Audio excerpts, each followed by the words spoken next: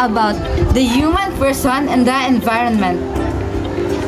So today, we're going to talk about environmental philosophy, or what is environmental philosophy?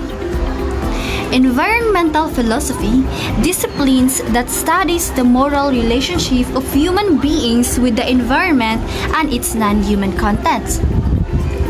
Philosophers believe that the human person has the ability to change the environment to suit his purposes. This means that as a human person, we interact not only with our fellow human beings, but also with other living and non-living elements in our environment. Humankind is a part of the world, and we significantly affect our environment in the same way that changes in their environment affect us. So there are three major views on the relationship between humanity and the environment.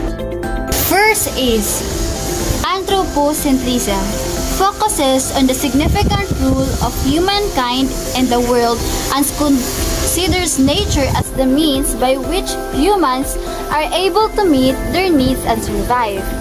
This view believes that humans are the most important species on the planet and they are free to transform nature and use its resources. So see for example, overfishing,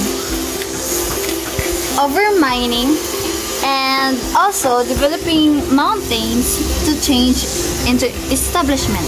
So from the word anthropocentrism, this means that, or the focus here is a man. So the second is biocentrism. Biocentrism believes that humans are not only significant species on this planet, and that all organisms have inherent value and should be protected. So, we all know that bio means life. So, not all humans are only significant species here on this planet, but all organisms have inherent value and should be protected. So, this view drives the activities of humane organizations that advocate the ethical treatment of animals. Like for example, when you saw a starfish on the seashore or the beach, it should be, or you should not take away that species on its natural habitat because that species should be protected. And the last major views on the relationship between humanity and the environment is ecocentrism. Ecocentrism places great value on ecosystem and biological communities. This view believes that humankind is part of the greater biological system or community and that we have a significant role as stewards or guardians of nature.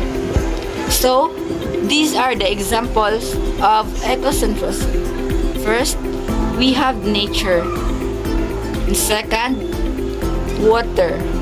And third, the soil.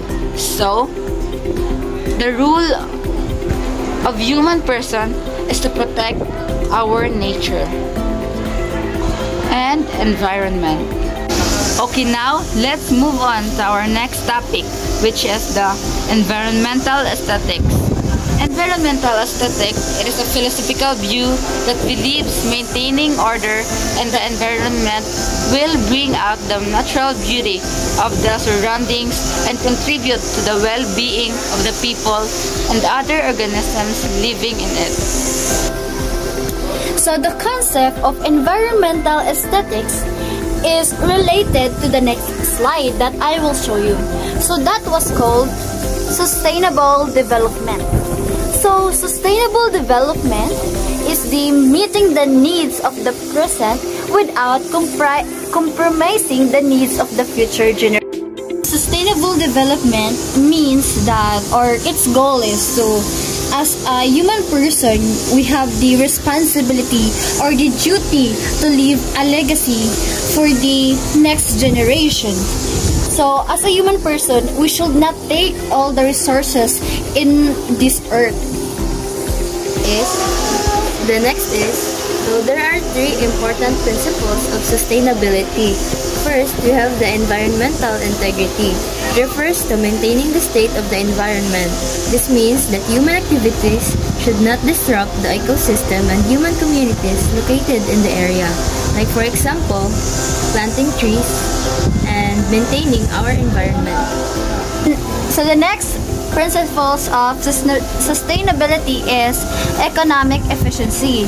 Economic efficiency refers to the prudence in decision making regarding the use of resources to ensure that there is minimum to zero waste. So economic efficiency is the kanaang actions that human person or the behavior of human person should be wise or should be decided well. So prudence is the ability to regulate one's action and behavior. Then frugality, being thrifty with the use of one's resources. So the main example or one of the example of economic efficiency is if you instead of using plastic bag, we should use eco bag. So this means that we are saving the earth from the plastic waste. So the next principles of sustainability is demands that we use our natural resources in such a manner that these are conserved so that the next generation will be able to use them. For example, planting mangrove. So it will be useful for the next generation and for any disaster like typhoons. So the next slide is the theories and radical ecological philosophy. So the first one is deep ecology. According to Arnie Nais, proponent of deep ecology assumes that all living things possess equal value and intrinsic worth regardless of their usefulness or utility to other beings.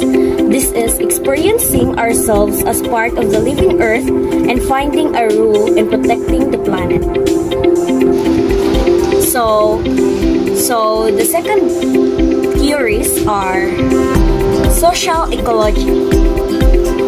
Murai Bookchin, according to him, proponent of social ecology, believes that ecological problems can be traced to social problems. Also, societies that are structured around hierarchies as well as economic classes use their authority to dominate natural resources and exploit the environment for profit and self-interest. So, the third one is ecofeminism. Ecofeminism, it assumes that male-centered view of nature is the root cause of ecological problems.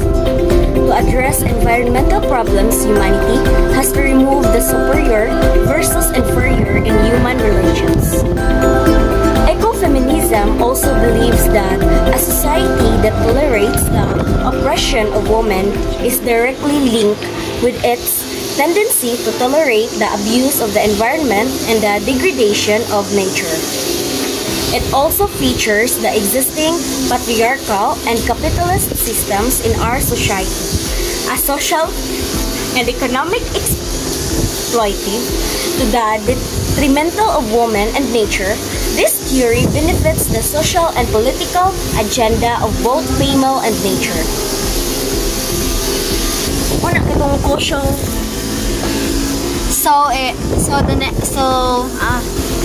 Prudence and frugality. Prudence and frugality. Prudence and frugality are two of the many virtues that can help us in addressing various environmental problems and solving the challenges these problems have created. So, what is prudence again? So, prudence is the capacity to direct and discipline one's activities and behavior using reason. It is the behavior that is cautious and, as much as possible, keeps away from any risk. Prudence is considered as an ecological virtue since it can help us become wiser, more responsible in terms of using our natural resources, and most importantly, become more appreciative of nature's essential value. So what is frugality? Frugality is the quality of being thrifty. It is the careful supervision of one's resources. Frugality is also the conscience of management of material resources, especially money. A frugal person always invests time to think carefully just to save a lot of money. So that's why our example here is instead of using a plastic bag, we should use eco bag. So how can frugality help in solving environmental problems? One of the main benefits of being a frugal person is that it is environmentally friendly. When someone is being frugal and using natural resources like electricity and water, this person is putting lesser damage on our natural environment. A frugal person usually leaves out the idea of reduce, reuse, recycle, just to minimize expenses. This same idea also minimizes overall environmental impact. So, to conclude, environmental philosophy is the discipline that studies the moral relationship of human beings with the environment. Sustainable development is meeting the needs of the present without compromising the needs of the future generation. Humankind is a part of the world, and we significantly affect our environment in the same way that changes in the environment affect us. So, that's all. Thank you.